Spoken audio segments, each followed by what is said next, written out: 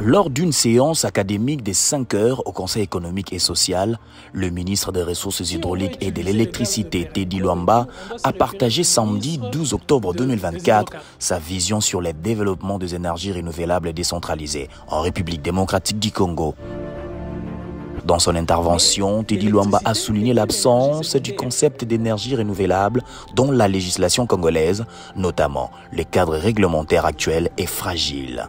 La vision du chef de l'État, Félix-Antoine Tshisekedi Tshilombo, est de pouvoir porter le secteur de l'électricité et de l'eau plus loin et de desservir nos populations des meilleures conditions de base.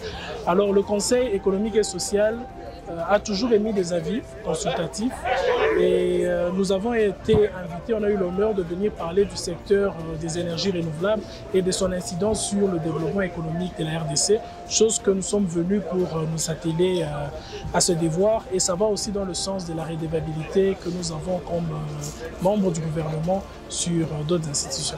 Le ministre a précisé que en RDC, les développements des énergies renouvelables se concentre majoritairement sur l'énergie solaire. Il a également présenté un état des lieux des sites énergétiques renouvelables déjà exploités et ceux susceptibles de l'être dans les futurs.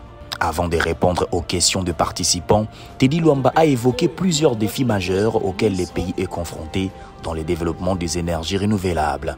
Le ministère des Ressources hydrauliques et électricité aujourd'hui a eu pour mission, dans le programme d'action du gouvernement, avec 4 objectifs principaux. Notre ministère a eu le devoir de pouvoir travailler sur l'assainissement du cadre réglementaire, normatif et légal du secteur de l'électricité.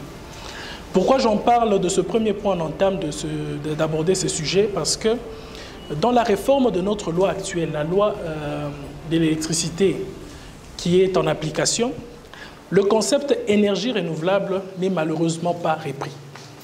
Donc c'est un élément fondamental qui fait que nous sommes en train d'initier un dossier en interministériel sur lequel nous sommes en train de travailler pour que le concept même, le mot énergie renouvelable, puisse être défini par la loi. Vous voyez qu'en entame, c'est un problème majeur. Et le fait d'intégrer ces concepts dans la loi, ça permettra de pouvoir avancer aussi sur de sous-concepts, notamment la notion de l'efficacité énergétique, la notion des mini-réseaux décentralisés. On va chercher à donner du contenu légal pour qu'il y ait un terrain propice au développement.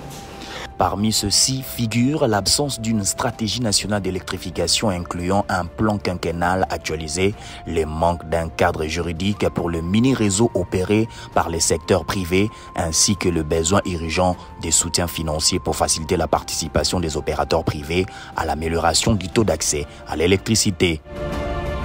Concernant les actions futures, le ministre a annoncé que, dans le cadre du projet Compact énergétique national, le gouvernement de la RDC prévoit d'approuver d'ici 2025 les stratégies d'électrification pour les milieux urbains, ruraux et périurbains élaborées en 2022 par l'UCEM et ANSER.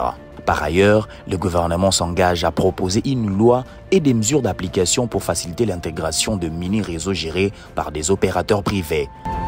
Enfin, d'ici 2026, ces actions seront mises en œuvre pour soutenir financièrement des énergies renouvelables décentralisées avec un objectif d'augmentation du RBF Mwenda à 500 millions de dollars et à 1 milliard de dollars américains pour le mini-réseau.